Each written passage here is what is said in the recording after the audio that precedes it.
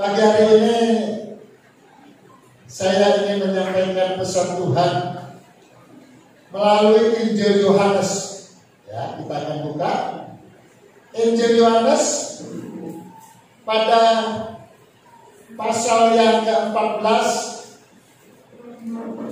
ayat 1 sampai dengan ayat yang ke-14. Ya, ini ada satu perikop dalam Yohanes pada pasal 14 ayat 1 sampai dengan ayat yang ke-14. Ya, seperti biasa kita akan baca secara responsorial sambil berdiri, tanda hormat kita kepada pemberitaan firman Tuhan di pagi hari ini. Ya. Saya bacakan yang ganjil, Bapak Ibu sekalian yang genap, surat 2 ayat yang terakhir kita akan baca bersama nanti ya. Demikianlah firman Tuhan. Janganlah gelisah hatimu, percayalah kepada Allah, percayalah juga kepadaku.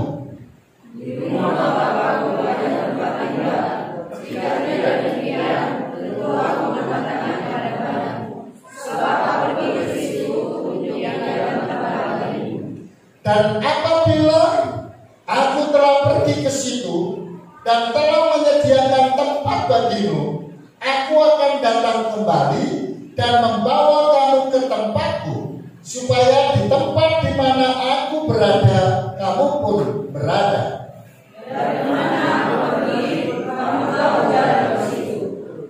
Kata Thomas kepadanya, Tuhan, kami tidak tahu kemana engkau pergi. Jadi bagaimana kami tahu jalan ke situ? Kata Yesus kepadanya,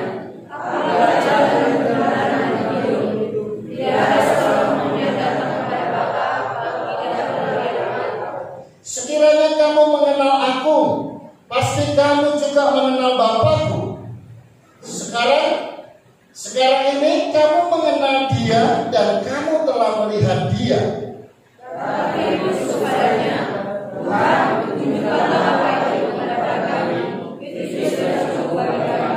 Kata Yesus kepadanya, telah sekian lama aku bersama-sama kamu, Filipus, namun engkau tidak mengenal aku.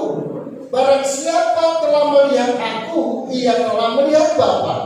Bagaimana engkau berkata, tunjukkanlah Bapa itu kepada kami? Tidak percaya bahwa aku di dalam Bapa dan Bapa di dalam aku. Apa yang aku katakan kepadamu tidak aku katakan dari diriku sendiri, tetapi Bapa yang diam dalam aku, Dialah yang mengatakan kepada saya. Percayalah kepadaku bahwa aku di dalam Bapa dan Bapa di dalam aku, atau setidak-tidaknya percayalah karena pekerjaan itu sendiri. Aku berkata kepadamu, sesungguhnya barang siapa percaya kepadaku, ia akan melakukan juga pekerjaan-pekerjaan yang aku lakukan. Bahkan pekerjaan-pekerjaan yang lebih besar daripada itu, sebab aku pergi kepada Bapa. Dan apa juga yang kamu minta dalam namaku, aku akan melakukannya, supaya Bapa dipermuliakan di dalam Anak. Sama-sama. Jika kamu meminta sesuatu kepadaku dalam namaku, aku akan melakukannya.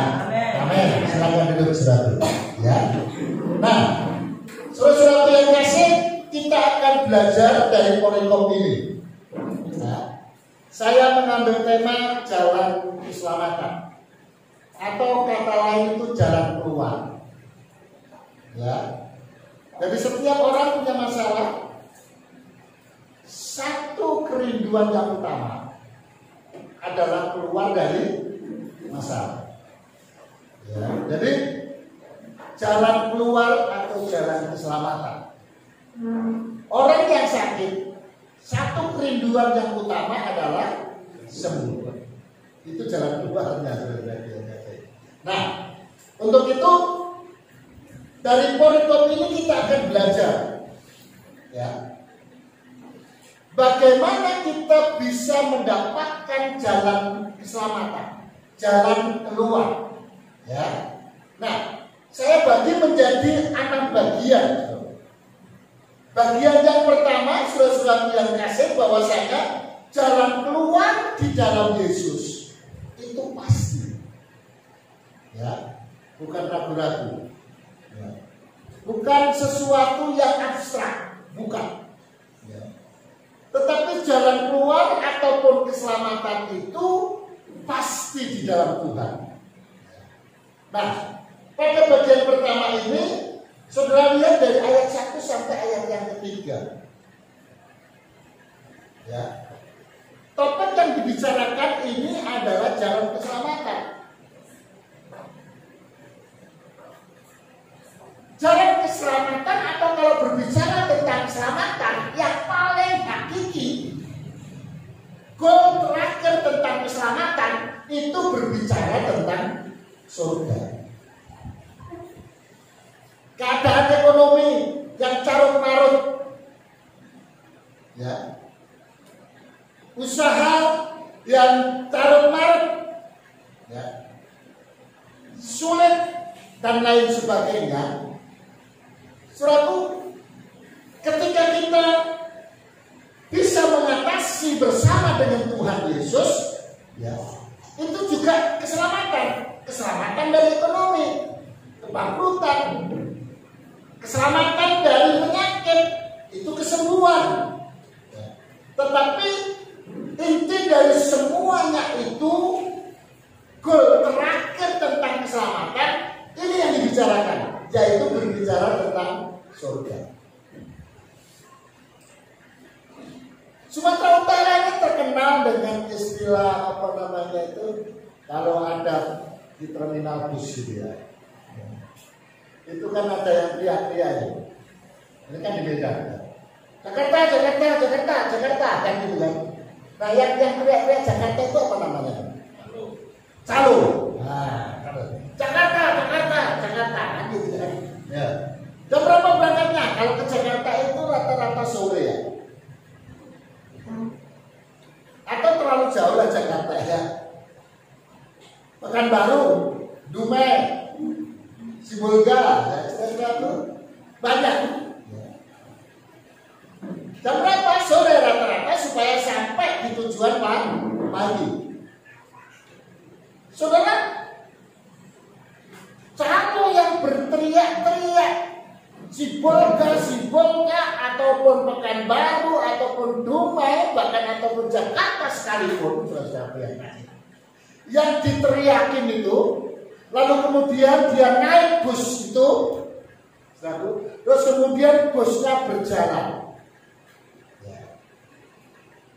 Saya mau tanya, yang sampai ke tujuan Sibolga atau Pekanbaru atau Dumai atau Jakarta, itu orang yang diterikai oleh calo itu yang berangkat, atau calo itu yang berteriak-teriak tentang Sibolga tapi dia nggak berangkat?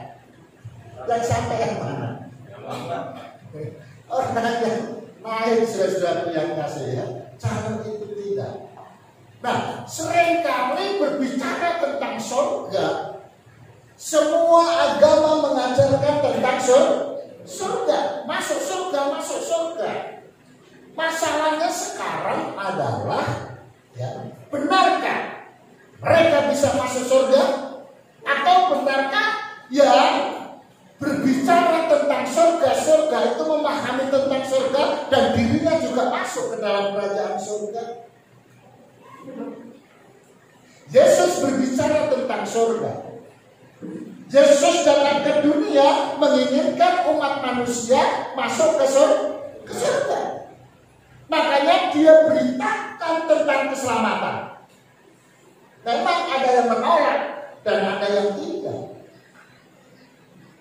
Tapi kita akan pelajari yang menawarkan tentang keselamatan, atau katakanlah tanda kutip calo. Yesus yang datang ke dunia, dia sebarkan, dia sampaikan tentang surga. Apakah benar Yesus itu bisa membawa orang ke surga? Kalau kita perhatikan pada ayat yang ke-2, di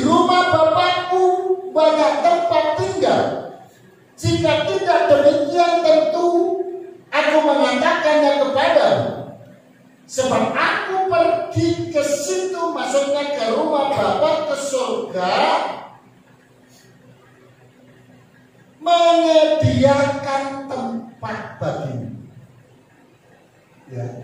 Jadi dalam peristiwa Yesus naik ke surga, setelah Yesus 33 tahun setengah ada di dunia, lalu sebagian orang sudah menerima Yesus, menerima pengajaran Yesus, percaya kepada Yesus. Yesus pastikan orang itu akan mendapatkan tempat di surga. Maka di dalam ayat selanjutnya dikatakan, sebab aku pergi ke situ untuk menyediakan tempat bagimu, dan apabila aku telah pergi ke situ dan telah menyediakan tempat bagimu, aku akan datang kembali. Saudara, datang kembali itu ngapain? Menjemput. Menjemput. Jadi yang namanya Yesus Kristus, ya, surga bumi itu tidak masalah karena dia adalah Allah. Tapi pernyataan Yesus, dia ke surga lalu menyediakan tempat bagimu, artinya orang-orang yang bertobat. Lalu kemudian kalau sudah menyediakan tempat, dia akan datang kembali. Ya, makanya nanti itu akan ada kedatangan Yesus yang kedua kalinya. Ya. Ngapain? Menjemput orang-orang yang percaya kepadanya, orang-orang yang bertobat kepadanya. Ya, loh ini tandanya orang yang dijemput oleh Yesus itu pasti masuk surga. Ya, orang yang dijemput. Ya, saudara-saudara yang kasih,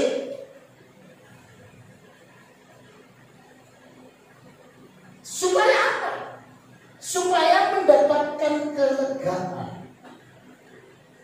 Jadi tidak hanya berbicara tentang jalan keselamatan masuk surga, tapi juga jalan keluar, jalan keselamatan bagi kehidupan kita ketika kita ada di bumi.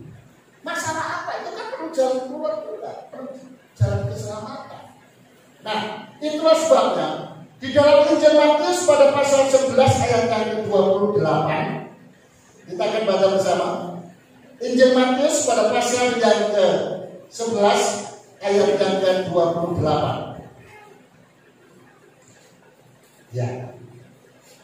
Kita baca 2, 3. Marilah kepadaku semua yang letih lesu dan berbeban berat, aku akan memberi kelegaan kepadamu. Jadi ini adalah sebuah kepastian yang Tuhan Yesus berikan kepada kita. Ya. Jadi tadi kan Yesus ke surga lalu menyediakan tempat, datang menjemput, ini berbicara tentang kepastian. Ya. Jadi ketika Tuhan Yesus mengundang setiap orang yang berbeban berat, dalam bahasa di Alkitab sini adalah letih lesu. Kenapa? Karena banyak problem. Kenapa? Karena banyak masalah hidup di dunia ini. Lalu Tuhan katakan, mari datang kepadaku, aku akan memberikan kelegaan kepadamu. Ya. Di dalam kitab Yunus pada pasal yang kedua, pada ayat yang ke-7, Yunus pada pasal yang kedua, pada ayat yang ke-7, kita baca 2, 3. Ketika jiwaku letih lesu di dalam aku, teringatlah aku kepada Tuhan, dan sampailah doaku kepadamu ke dalam bait-Mu yang kudus. Saudara, bukan hanya perjanjian baru, apalagi perjanjian baru, mulai dari dari perjanjian lama, saudara-saudaraku, orang yang percaya kepada Tuhan, ketika menghadapi masalah, ketika menghadapi problem, dia langsung datang kepada Tuhan. Ya langsung. Ketika jiwaku letih lesu di dalam aku. Kenapa letih lesu? Ya, capek. Kenapa capek? Menghadapi hidup. Ya. Kenapa capek? Ya. Hidup yang mana? Di dalam rumah tangga masalah terus. Orang tua dengan anak. Ya, macam-macam banyak, saudara. Ya. Yunus berkata, setiap kali ada masalah dalam hidupku, aku tidak akan pernah lari kemana-mana. Aku pasti akan lari kepada Tuhan Yesus.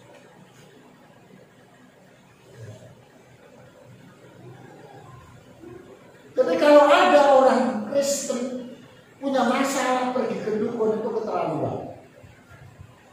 Tadi saya sudah komunikasi ya, dengan anak rohani Bapak Gembala, mantan hukum,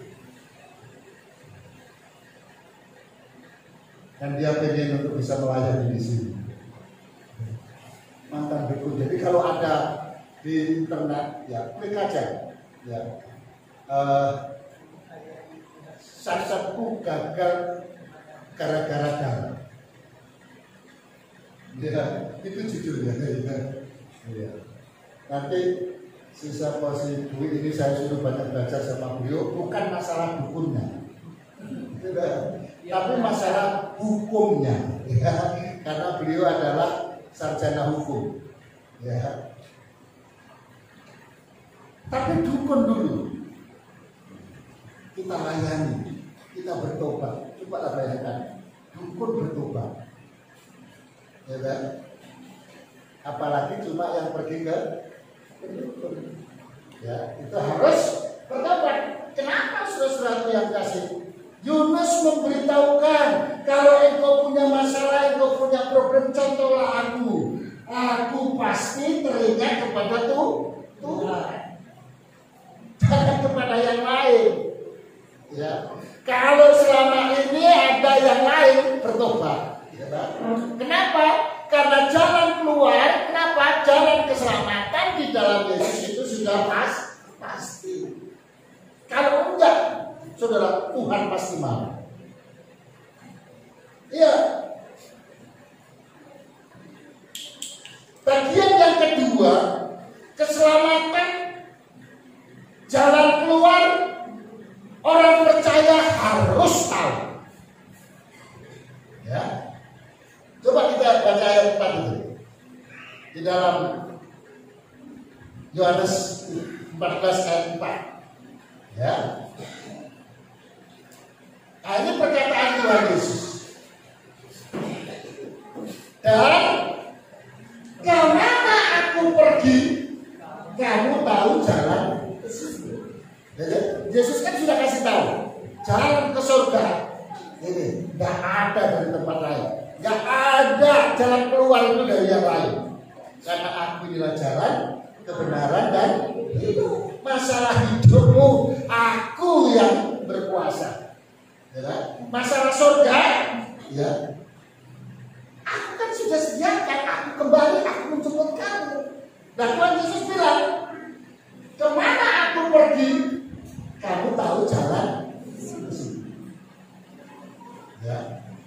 Tapi sudah perhatikan ayat setelah ini, ayat 5. Ya. Ayat 5. Ya. Apa kata Thomas? Ya. Kata Thomas kepadanya, Tuhan, kami tidak tahu kemana engkau pergi. Jadi bagaimana kami tahu jalan ke situ? Saudara, Tuhan itu menghadapi Thomas. Ini kan muridnya. Ya, berapa jumlah muridnya? 14. Ini salah satu muridnya. Ketika Yesus berada menyembuhkan orang sakit, dia ada di situ. Ya, ketika Tuhan Yesus memberikan makan 4.000 orang, dia ada di situ. Bahkan ketika Tuhan Yesus memberi makan 5.000 orang, dia juga ada di situ. Ya. Dan ketika Petrus berjalan di atas air, saudara-saudara yang kasih, dia tahu peristiwa itu. Bagaimana Yesus itu perkataannya selalu benar. Coba bayangkan, Yesus bilang, kemana aku pergi, kamu tahu. Nah kok muridnya bilang apa? Muridnya bilang apa? Tuhan, kami tidak. Saudara, itu pertanda apa? Ya, coba kita baca dulu. Pertanda apa ini ya? Dari Injil Matius 13 ayat 13 dan 14. Injil Matius pada pasal yang ke-13 ayat yang ke-13. Ya, kita baca bersama ya. Ini kenapa? Walaupun dia itu lama ke gereja, seperti Thomas kan selalu bersama dengan Tuhan Yesus. 3 tahun dia belajar sekolah langsung sama Tuhan Yesus.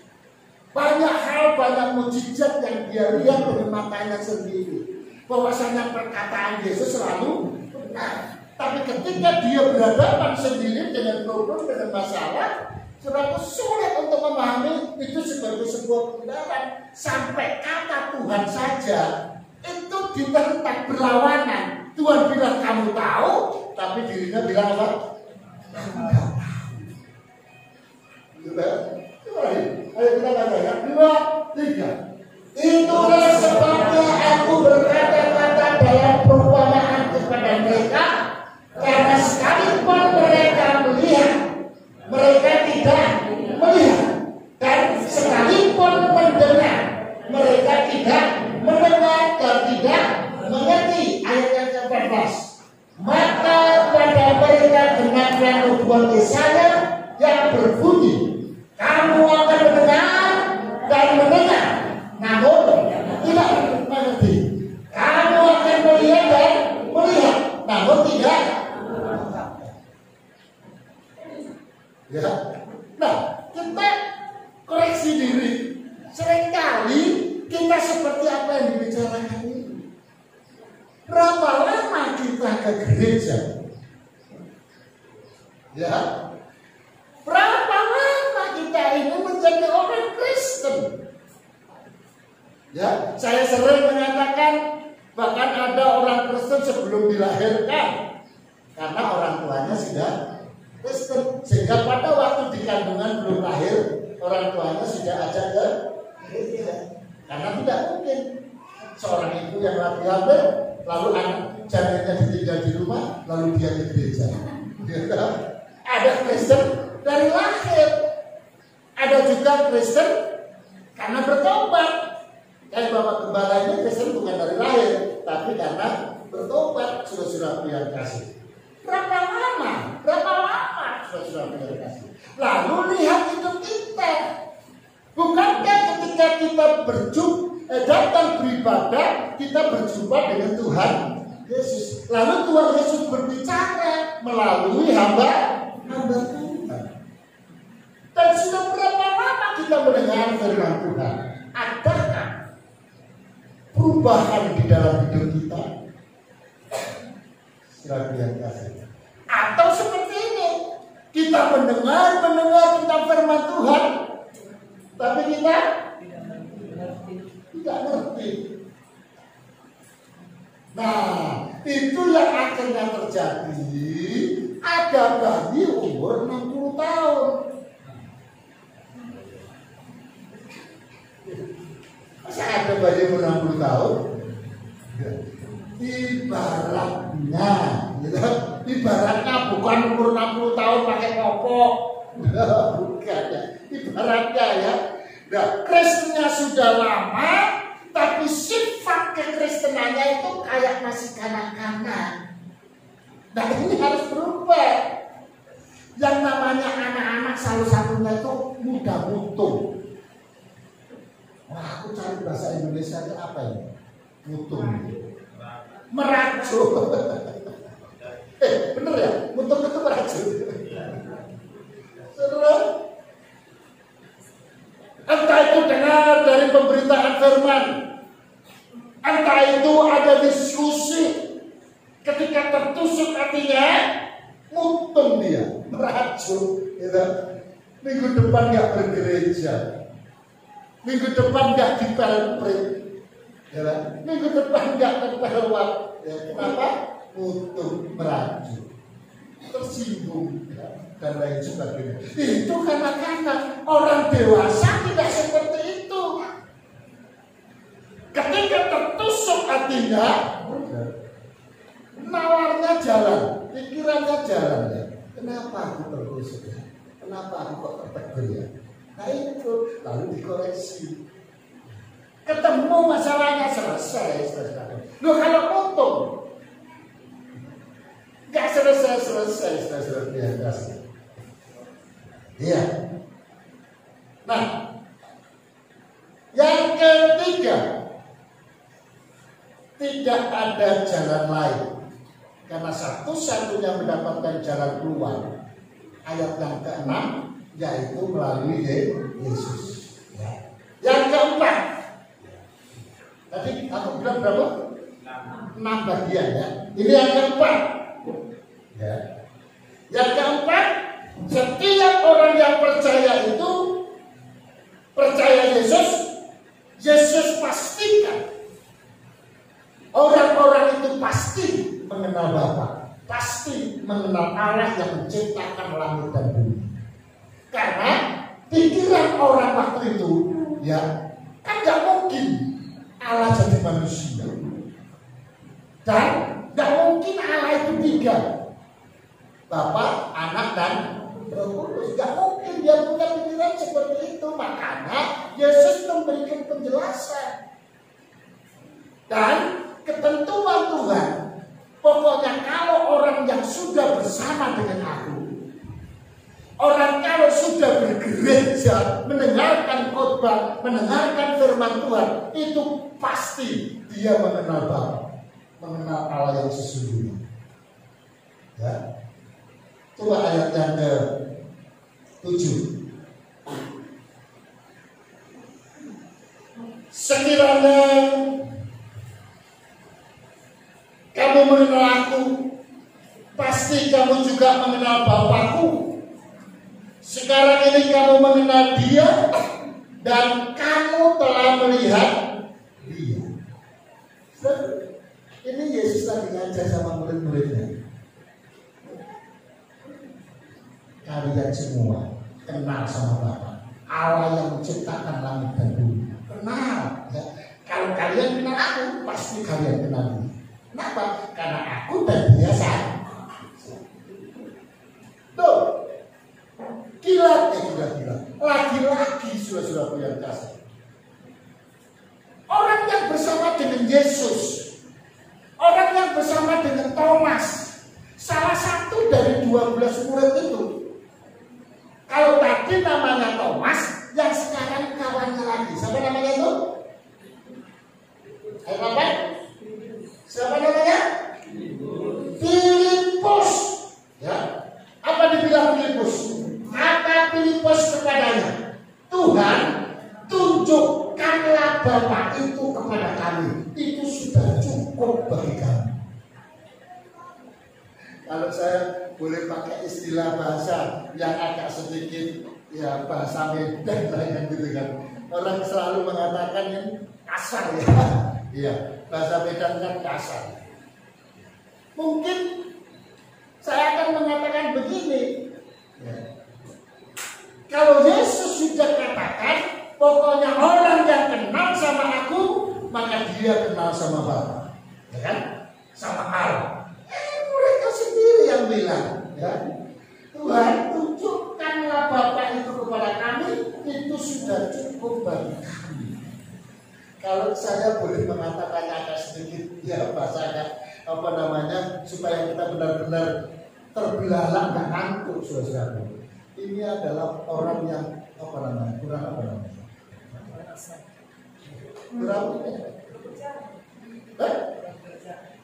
kurang kerjaan, kurang ajar istilahnya ini. Lalu dididik oleh Tuhan selama 3 tahun saudara. Karena pasal 14 kalau saudara baca untuk pasal-pasal selanjutnya, itu kan pasal-pasal yang membicarakan tentang Yesus mau ditangkap, Yesus mau disalibkan. Ini masa-masa akhir perjalanan Yesus di dunia. Berarti lebih dari 33 tahun, aku masih tahu umurnya ya. Tapi pelayanannya kan cuma 3,5 tahun. Jadi kira kurang lebih 3,5 tahun. Yesus mengajari mereka, masa nggak bisa memahamimu? Tuhan bilang, kamu kenal Bapa. Kalau kamu kenal aku, karena aku sama Bapa satu. Kok bisa misalnya dia bilang, Bapa yang mana? Tuhan tunjukkan aku Bapa ini. Ini loh Bapa. Kita gitu. Yesus, akulah Bapa. Ya. Tapi Yesus tidak mungkin menyatakan seperti itu secara spesifik. Tapi paling tidak kita melihat apa yang dilakukan oleh Yesus, ya, itu sudah menggambarkan siapa itu Yesus sebenarnya. Kan sama seperti umat manusia sekarang ini. Setialah engkau beribadah kepada Tuhan. Itu banyak ayat-ayat. Engkau akan diberkati. Yang dihafal itu yang diikuti itu yang bagian belakang, diberkati Tuhan. Wow, kata begitu. Pokoknya aku pasti diberkati oleh Tuhan. Aku pasti diberkati oleh Tuhan. Saudara, bagaimana kita bisa diberkati Tuhan? Tuhan selalu menginginkan kita setia kepadanya. Sementara saudara ibadah jam 10 saja, kita susah, kita sulit datang jam 10. Sepele memang Bapak Ibu dan saudara sekalian. Kalau kita punya acara, saudara-saudara yang kasih, umpamanya mantu. Kebetulan kami semalam pergi datang pernikahan. Ya, pemudi kita yang dulu si Saudur ya, keluarga dari Zombie. Coba bayangkan kalau kita punya acara saudara, undangan itu sudah jamnya nggak ada, belum datang, sepi. Coba bayangkan bagaimana kita berdagang. Ibadah ini adalah acara Tuhan. Yesus hadir tengah-tengah kita.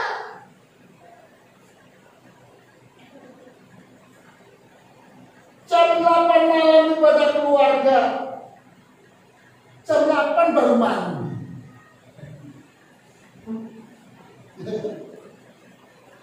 Nggak sampai jam piro. Ya. Kalau yang belum mandi suami istri kan masih bisa dicepet mandi bareng-bareng. Suami istri nggak apa-apa. Coba bayangkan. Tapi yang jadi masalah bersoleknya. Kalau suami soleknya nggak ada. Loh kalau ibunya belum lagi bedaknya, lipstiknya.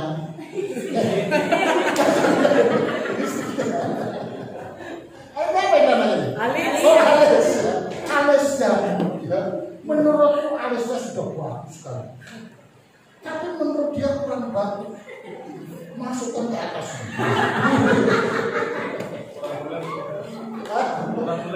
Kurang bagus.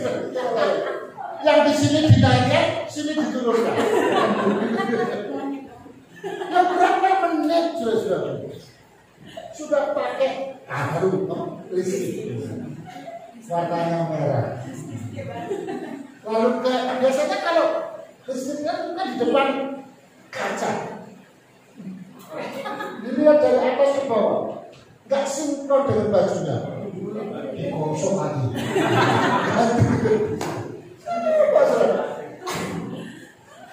lagi naik sepeda motor di tengah jalan kempes.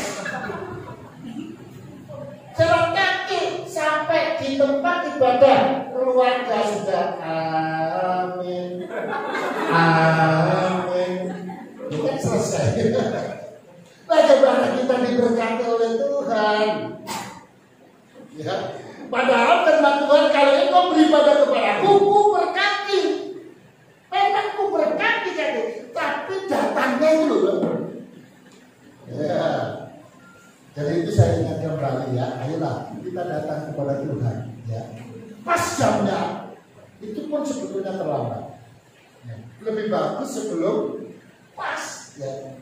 Nah itu yang bagus. Ya. Oke. Lalu kemudian saudara-saudaraku yang kasih, sebetulnya ini Tuhan marah ketika kita tidak ada pertumbuhan. Sama seperti manusia. Kronologis, manusia dari bayi, lalu menjadi kanak-kanak, lalu kemudian remaja, lalu kemudian pemuda dan dewasa, harus ada peningkatan. Tapi ketika tidak ada peningkatan, ayat selanjutnya ini sebetulnya Tuhan marah sama Filipus. Lanjutnya Pak, ayat kata 9 Pak. Nah, kita lihat. Ya. 2, 3. Kata Yesus kepadanya, telah sekian lama aku bersama-sama kamu Filipus, namun engkau tidak marah. Itu sebetulnya Tuhan marah. Ya, marah Tuhan. Coba apa ya? Berapa lama engkau bersama dengan aku? Makan sama-sama. Apa yang aku kerjakan? Mujizat itu terjadi di depan mataku. Masa kamu gak ngerti aku? Masa kamu gak kenal aku?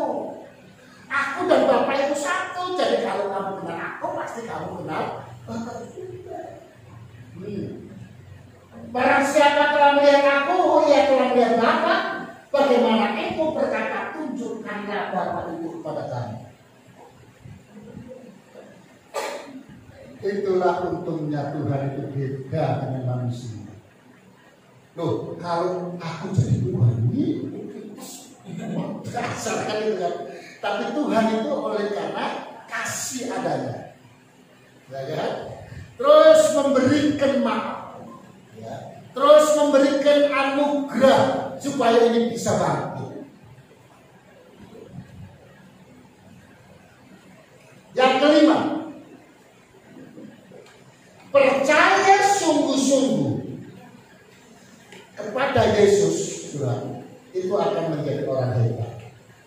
Ya, percaya sungguh-sungguh kepada Tuhan itu menjadi orang hebat. Di Wonogiri pernah saya kasih kesaksian dulu.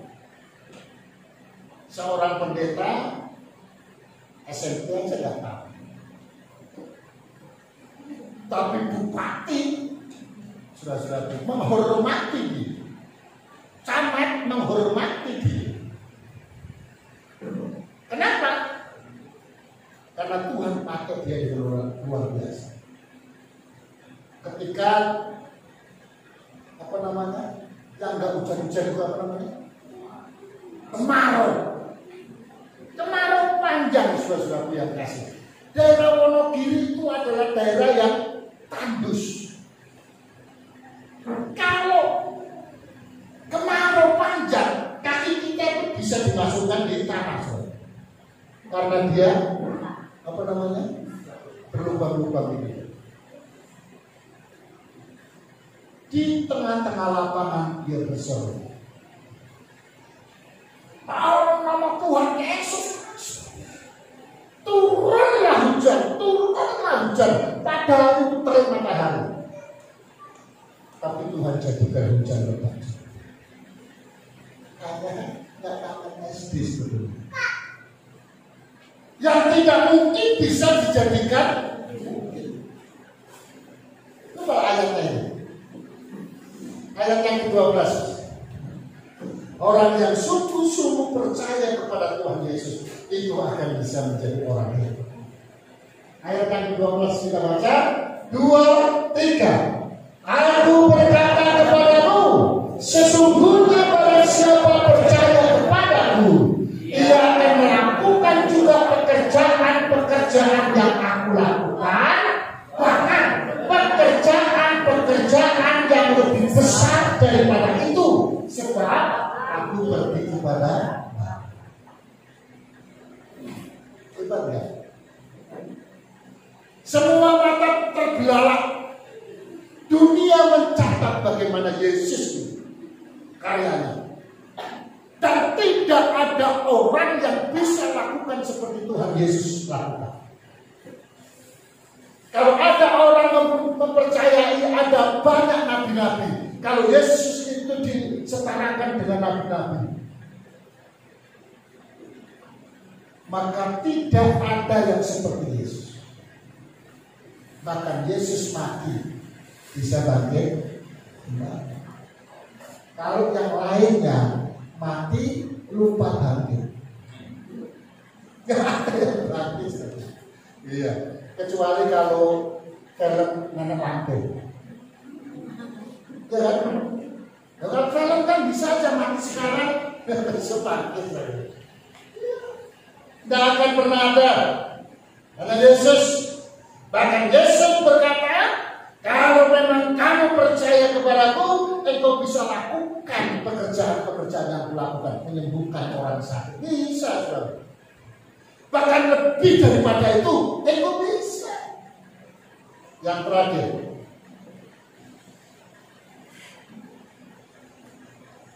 rangkuman daripada semuanya itu, jika ingin jalan keluar, jika ingin masalah itu bisa selesai, ya, berdoa. Tidak sembarang doa. Karena hari Kamis kemarin kita sudah belajar kan, ada orang yang salah berdoa. Kan itu kan? Terus doanya salah. Kenapa? Kita akan lihat ya. Ayat yang ke-13 14. Ya, kita lihat. Kenapa doa bisa salah? Ya, kita lihat. 2, 3. Dan apa juga yang kamu minta dalam namaku, aku akan melakukannya, supaya Bapa dipermuliakan di dalam Anak. Terus ayat 14. Jika kamu meminta sesuatu kepadaku dalam namaku, aku akan melakukannya. Ya. Jadi saudara-saudara yang kasih itu yang harus kita pahami. Kita berdoa harus berdoa seperti yang Tuhan Yesus ajarkan. Harus dalam nama Yesus. Tidak boleh tidak. Ya. Terus kemudian doa yang diajarkan oleh Tuhan Yesus itu bagaimana? Jadilah kehendakmu, bukan kehendakku, saudara-saudara yang kasih. Nah, bagaimana doa kita tidak menjadi salah dan tidak diberkati oleh Tuhan kalau kita berdoa seperti orang binjai? Tuhan, kalau bulan depan aku gak dapat jodoh, aku gak mau ke gereja. Saudara, doa yang salah. Jadilah kehendakmu, bukan kehendakku, ya. Yang memberkati kita semua. Baiklah, kita bagi berdiri. Silakan oleh musik kita akan berdoa. Haleluya. Saudara-saudara yang kasih, kita sudah bahas di hari Kamis kemarin dalam Injil Yohanes pada dalam Injil Matius pada pasal 7 ayat yang ke-7 dan ayat yang ke-8, bahkan sampai kepada 1 Korintus ayat 11 dikatakan, minta maka akan diberikan kepadamu, carilah maka kamu akan mendapat, ketoklah maka pintu akan dibukakan bagimu. Karena setiap orang yang meminta menerima, Dan setiap orang yang mencari mendapat, dan setiap orang yang mengetuk baginya pintu dibukakan. Adakah seorang daripadamu yang memberi batu kepada anaknya jika ia meminta roti, atau memberi ular jika ia meminta ikan? Jadi jika kamu yang jahat tahu memberi pemberian yang baik kepada anak-anakmu, apalagi Bapamu yang di surga, ia akan memberikan yang baik kepada mereka yang meminta.